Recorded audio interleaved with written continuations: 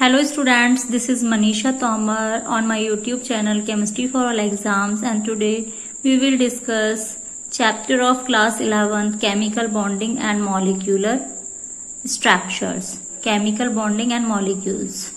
So today we will discuss first chemical bond. What are chemical bonds?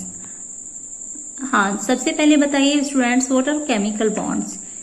Chemical bonds are attractive forces which hold the various chemical constituents like atoms, ion together in different chemical species. That are chemical bonds. Means ऐसे force of attraction जो to और मोल chemical constituents, चाहे वो atoms हैं, ions हैं, को एक दूसरे के साथ कंबाइन करके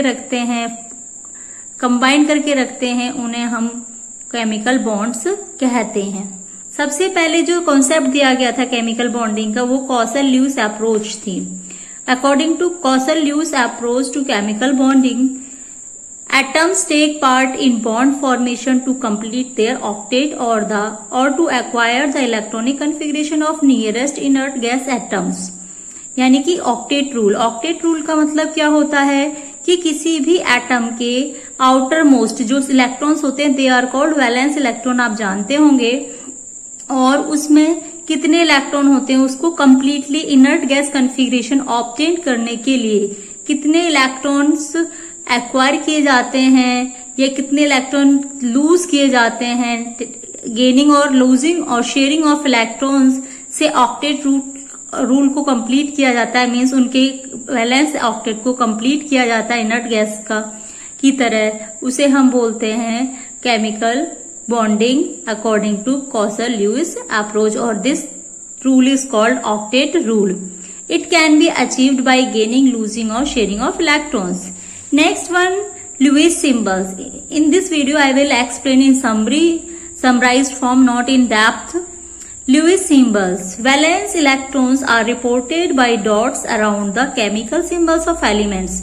जो इलेक्ट्रॉन्स होते हैं एलिमेंट्स के अंदर, उनको हम यहाँ पे डॉट्स की फॉर्म में इंडिकेट करते हैं, जिन्हें हम बोलते हैं लुईस सिंबल्स.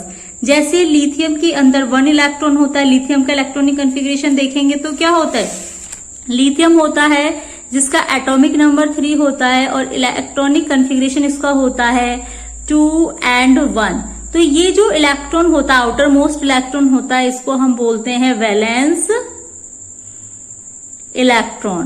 क्या बोलते हैं हम इसको? वैलेंस इलेक्ट्रॉन बोलते हैं. और जब हम लुईस स्ट्रक्चर बनाते हैं तो इसको हम किससे डिनोट करते हैं? डॉट से डिनोट करते हैं. अगर इस इलेक्ट्रॉन को लूज कर देता है लिथियम, तो it will acquire the electronic configuration of helium. Helium का एटॉमिक नंबर 2 होता है. इसमें कितने इलेक्ट्रॉन होते हैं? 2 इलेक्ट्रॉन्स होते हैं. तो तब ये इनर्ट गैस हीलियम का कॉन्फ़िगरेशन ले लेगा लिथियम, और ये स्टेबल कंडीशन में हो जाएगा. तो इसी टाइप के लुईस सिंबल किन्हें कहते हैं? ये जो डॉट स्ट्रक्चर्स होते हैं, इनको हम बोलते हैं लुईस सिंबल्स. ये किसको डिनोट करते हैं? इलेक्ट्रॉन्स को. कौन से इलेक्ट्रॉन्स को डिनोट करते हैं? ये डिनोट करते हैं वैलेंस इलेक्ट्रॉन्स को. किसको? इलेक्ट्रॉन्स को डिनोट करते हैं? वैलेंस इलेक्ट्रॉन्स को. ओके, समझ में आ गया होगा. नेक्स्ट टॉपिक है हमारा आयनिक बॉन्ड्स एंड इलेक्ट्रोस्टैटिक फोर्स. क्या होते हैं ionic bond and electrostatic forces? A chemical bond formed by the complete transference of electrons from one atom to another. Basically एक मेटल से नॉन मेटल को इलेक्ट्रॉन्स का complete transfer होता है, and both atoms acquire stable nearest noble gas configuration. ऐसे bond को हम बोलते हैं आयनिक बॉन्ड और कोवेलेंट इलेक्ट्रोवैलेंट बॉन्ड. जैसे आप देखते हैं सोडियम क्लोराइड में. अब देखिए यहां समझिए सोडियम क्लोराइड. सोडियम क्लोराइड क्या होता है? Na, जिसका एटॉमिक नंबर 11 होता है. Electronic configuration is 2, 2, 8 and 1. अब देखिए यहां से अगर ये इलेक्ट्रॉन लूज कर दे, सोडियम एक इलेक्ट्रॉन को लूज कर देगा, तो क्या कंडीशन होगी इसकी? ये इनर्ट गैस नियोन का इलेक्ट्रॉनिक कॉन्फ़िगरेशन ऑब्टेन कर लेगा, एक्वायर कर लेगा. वैसे ही अगर हम क्लोरीन की बात करें तो इसका एटॉमिक नंबर 17 होता है. इसमें 17 इलेक्ट्रॉन्स होते हैं. इसका कॉन्फ़िगरेशन देखेंगे तो 2, 8, 7 होता है. अगर इसको 1 इलेक्ट्रॉन हम दे दें तो ये क्या कर लेगा? ये एक इलेक्ट्रॉन गेन करने के बाद इनर्ट गैस आर्गन का इलेक्ट्रॉनिक कॉन्फ़िगरेशन एक्वायर कर लेगा, मीन्स 18 इलेक्ट्रॉनिक कन्फिग्रेशन। तो यहाँ पे क्या होता है, ये अपना एक टोटल इलेक्ट्रॉन किसको दे दे, क्लोरीन को, और ये अपना एक इलेक्ट्रॉन उससे ले ले, तो इन दोनों के बीच में जो बॉन्ड बनता है वो बनता है कोवेलेंट, इलेक्ट्रोवेलेंट या आयनिक बॉन्ड। और ऐसा बॉन्ड क्या होता है, इस बॉन्ड की क्या क्वालिटी होती है, अगर आप इसको वाटर में डिसॉल्व करते हैं, आप इसको हाइड्रोलाइज करते हैं, तो it will break down into its constituents ions. ये क्या बना देगा, Na positive and Cl negative की फॉर्म में मिलेगा आपको। तो वाटर में जब हम सोडियम क्लोराइड, यानी कि जो क्या होता है, सोडियम क्लोराइड क्या होता है बच्चों, कॉमन सॉल्ट। क्या होता है, कॉमन सॉल्ट। जो हम घर में सॉल्ट खाते हैं उसका फॉर्मूला क्या होता है, NaCl होता है, सोडियम क्लोराइड। और इसको हम क्या भी बोलते हैं, इसको हम टेबल सॉल्ट भी बोलते हैं। तो आपको पता होना चाहिए कॉमन सॉल्ट क्या होता है, NaCl होता है, और इसके अंदर कैसे बॉन्ड पाए जाते हैं, इसमें आयोनिक बॉन्ड मिलते हैं। आयोनिक बॉन्ड का मीन्स है एक 1 इलेक्ट्रॉन्स का ट्रांसफेरेंस होता है, 1 एटम टू अनदर एटम। यहां से सोडियम एक इलेक्ट्रॉन ट्रांसफर कर देता है क्लोरीन को, और ऐसे बॉन्ड को जब हम हाइड्रोलाइसिस करते हैं, वाटर के साथ डिसॉल्व करते हैं, तो ये अपने कॉन्स्टिट्यूएंट आयंस में ब्रेक डाउन हो जाते हैं। ऐसी कंडीशन में को हम बोलते हैं आयनिक बॉन्ड्स। ठीक है, समझ में आ गया आपकी। चलिए आगे हम देखते हैं favourable factors for the formation of ionic bond. Ionic bond बनने के लिए कौन से फैक्टर्स रेस्पॉन्सिबल होते हैं, metal should have lowest ionisation enthalpy. Metal की आयोनाइजेशन एंथैल्पी कैसी होनी चाहिए, लोएस्ट होनी चाहिए। आयोनाइजेशन एंथैल्पी क्या होती है, to tendency to lose electrons या minimum amount of energy to lose electrons. Metal की टेंडेंसी होती है इलेक्ट्रॉन को लूज करने की। और आयोनाइजेशन एंथैल्पी किसे कहते हैं हम, energy which is required to lose an electron, that is called ionisation enthalpy. Non-metals must have highest electron gain enthalpy. Electron gain enthalpy किसे कहते हैं, that minimum amount of energy which is required to taking or gaining the electrons. तो non metal की tendency होती है electron gain करने की, जिसके लिए उसको एनर्जी की रिक्वायरमेंट होती है, उस एनर्जी को हम बोलते हैं इलेक्ट्रॉन गेन एंथैल्पी। और मेटल की टेंडेंसी होती है इलेक्ट्रॉन लूज करने की, और इलेक्ट्रॉन लूज करने के लिए उसे जो एनर्जी यूज करता है उसे कहते हैं आयोनाइजेशन इन एंथैल्पी। तो मेटल की आयोनाइजेशन एंथैल्पी कैसी होनी चाहिए, आयोनिक बॉन्ड में लोएस्ट होनी चाहिए, जबकि मेटल्स नॉन मेटल्स की इलेक्ट्रॉन गेन एंथैल्पी हाई होनी चाहिए, हाईएस्ट होनी चाहिए। The energy release during the formation of 1 mole of crystal lattice, 1 mole of crystal lattice को हम क्या कहते हैं, lattice enthalpy must be high. तो यहाँ पे crystal lattice enthalpy should be high होनी चाहिए। तो ये कुछ फैक्टर्स हैं जिनसे कि आयोनिक बॉन्ड्स का फॉर्मेशन होता है। Now we will discuss ions. What are ions, species carrying either positive और negative charge are termed as ion.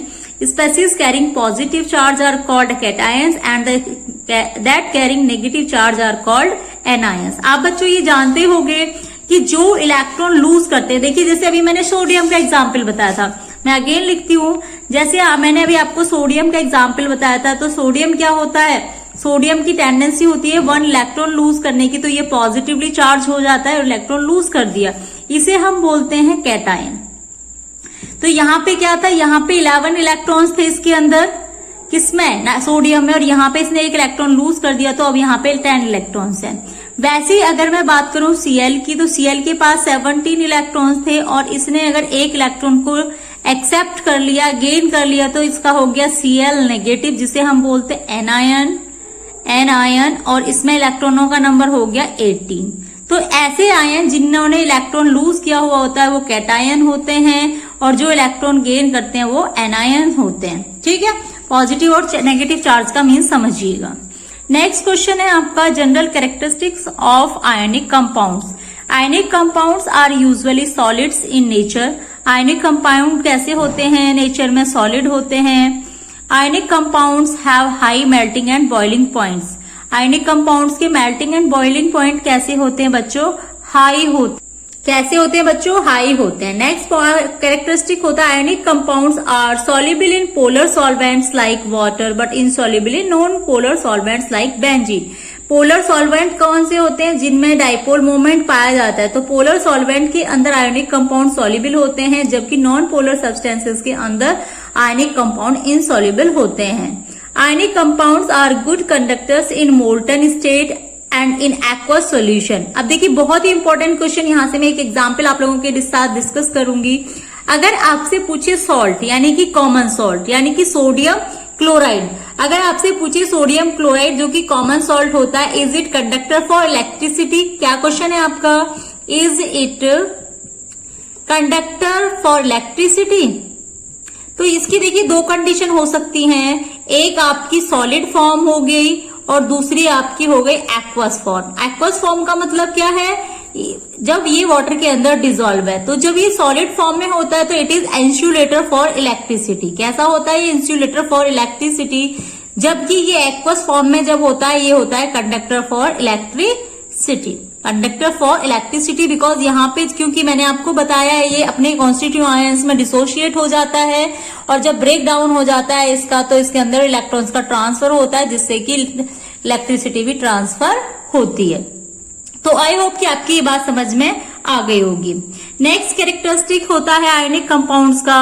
Ionic compounds are good conductor, ये हो गया। Ionic compounds have crystal structure. Ionic compound के कैसा structure होता है? Crystal structure होता है। तो students, in this video we have discussed about ionic compounds and chemical bonds. In next video we will discuss Born-Haber cycle. So just wait for next video, it will become very soon. If you like this video, kindly like, comment and share this video and subscribe my YouTube channel. Thank you so much.